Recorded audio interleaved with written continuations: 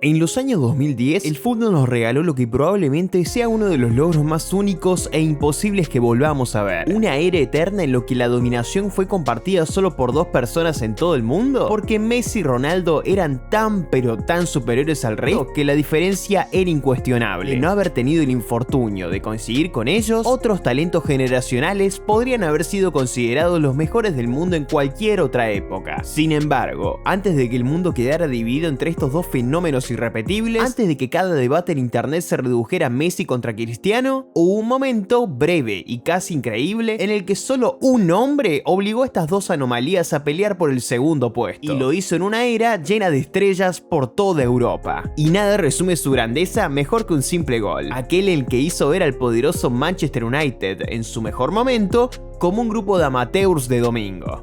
Un gol tan elegante como involuntariamente humillante, porque en su mejor versión, la historia de Kaká era justamente esa: hacer que lo ridículo pareciera fácil. Como dijo su compañero y uno de los mejores mediocampistas de la historia, Andrea Pirlo, durante 2 o 3 años fue el mejor jugador del mundo. Hubo un tiempo en el que los equipos no tenían ni idea de cómo detenerlo. Y lamentablemente era cierto. Lo que terminaría frenando a Kaká no sería ningún defensor ni ninguna táctica, sino su propio cuerpo. Como una estrella que brilla demasiado fuerte, físicamente empezó a bajar su nivel y terminó apagándose demasiado rápido. Así que para la generación más joven que no llegó a verlo, esto no es nostalgia por nostalgia. Es un recordatorio de que antes de que Messi y Ronaldo gobernaran el planeta fútbol, hubo un último rey antes que ellos. Un artista cuyo genio no tuvo la suerte de dejar la huella eterna que sin duda merecía: la magia breve pero innegable de Ricardo Kaká. Lo interesante de la historia de Kaká es que no encaja en absoluto con el arquetipo caótico del típico futbolista brasileño. Él no creció en las favelas, ni tuvo que abrirse camino desde la pobreza o desde esa mística clásica del fútbol. Kaká se crió en una familia de clase alta, de ascendencia europea, y eso, sumado a su apariencia juvenil, hizo que muchos lo consideraran, al principio, menos duro, menos fuerte o menos habilidoso que otros brasileños que empezaban a destacarse en esa época. Eso, hasta que entraba a la cancha y todos lo veían superar a cualquiera que tuviera enfrente. Quizás no tenía el regate tradicional del futbolista brasileño, pero sin duda alguna tenía la técnica, el control, la inteligencia y la calma que estaban muy por encima de cualquier otro adolescente del país. Pero a los 18 años todo casi termina. En un accidente absurdo en una pileta, Kaká se fracturó la columna, y cuando llegó al hospital, los médicos fueron claros: la parálisis era una posibilidad real. Su carrera, sus sueños, su futuro podían quedar acabados para siempre.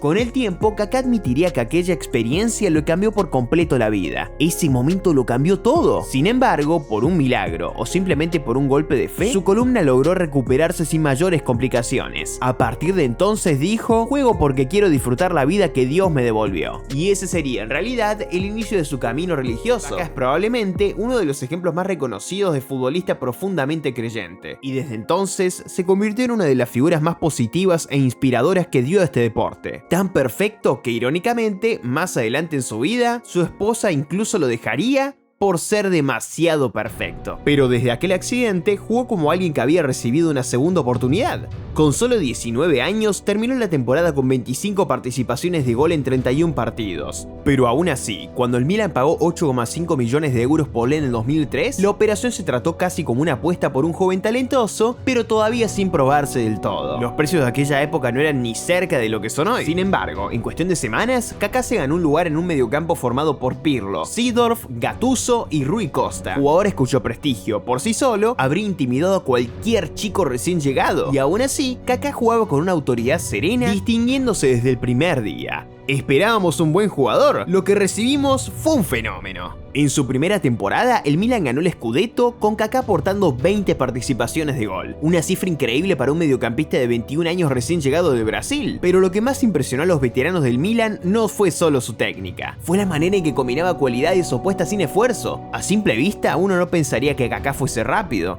pero tenía esas zancadas largas, elásticas, casi de velocista, que lo volvían sorprendentemente veloz.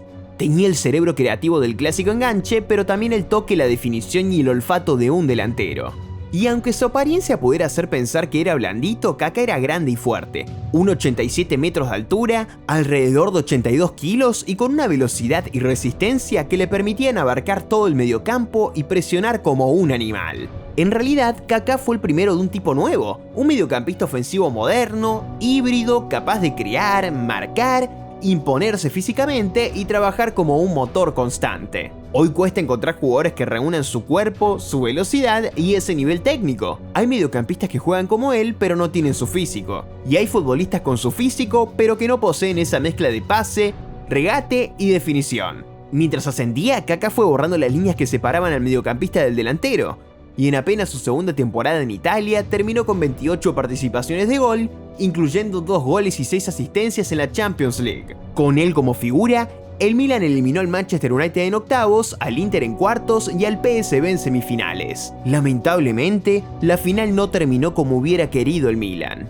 El infame milagro de Estambul permitió que el Liverpool remontara y ganara por penales.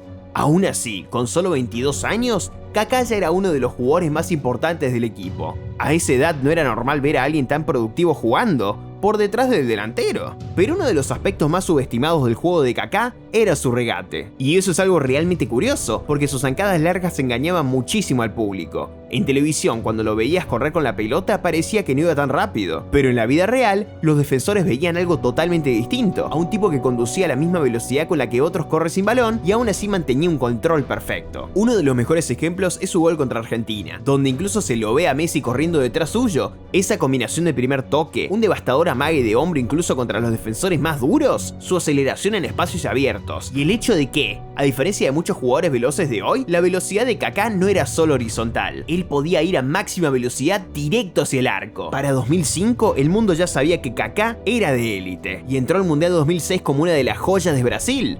Donde Brasil rindió por debajo de lo esperado, él fue uno de los pocos que brilló. Marcó un golazo de larga distancia contra Croacia, sostuvo todas las transiciones y prácticamente cargó una selección envejecida. Brasil era muy ofensivo, pero sus leyendas, Ronaldo, Ronaldinho, ya estaban más grandes y terminarían cayendo ante una última obra maestra de Zinedine Zidane. Y aunque Ronaldinho venía de ganar el Balón de Oro de 2005, ya era evidente, Kaká era el mejor brasileño del mundo. Porque pese a la dura eliminación en el Mundial, esa temporada en el Milan, Kaká registraría 30 participaciones de gol con 19 goles y 11 asistencias. Todo apuntaba a algo especial en la temporada 2006-2007. En octavos de final, el Milan sufrió más de lo esperado contra el Celtic. El primer partido terminó 0-0, pero en la vuelta, Kaká dio una auténtica clase magistral del mediocampo, controlando el ritmo del partido y marcando el gol que lo llevó a la siguiente ronda. Ahí se cruzaron con el Bayern Múnich. La ida fue otra batalla. Pirlo y Kaká marcaron, pero Bayern empató 2-2. Sin embargo, en la vuelta, el Milan, y especialmente Kaká, tuvo muchísimo más control. Dominaron de principio a fin y con los aportes de Seedorf e Inzaghi ganaron 2-0. Y así llegamos a las semifinales contra el Manchester United. Y aunque fuera solo la semifinal, se sentía como la final anticipada. Cristiano Ronaldo abrió el marcador a los 6 minutos.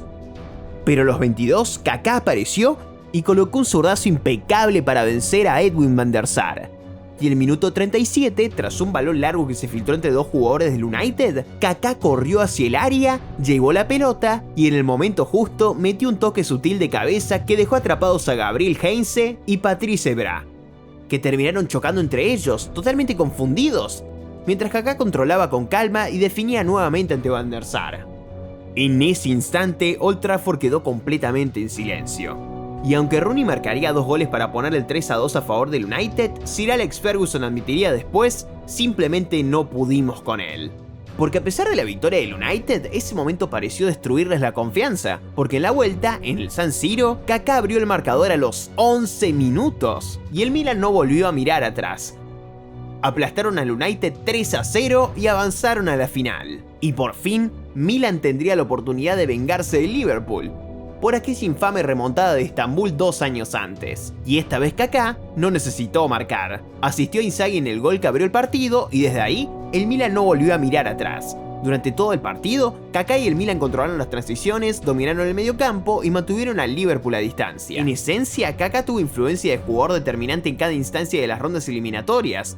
Así que cuando llegó diciembre y Kaká ganó el Balón de Oro 2007, la diferencia fue enorme. Una victoria aplastante sobre Messi y Ronaldo. Paradójicamente, en la temporada siguiente, 2007-2008, en términos de producción individual, Kaká tendría la mejor temporada de su carrera, 34 participaciones de gol en 41 partidos.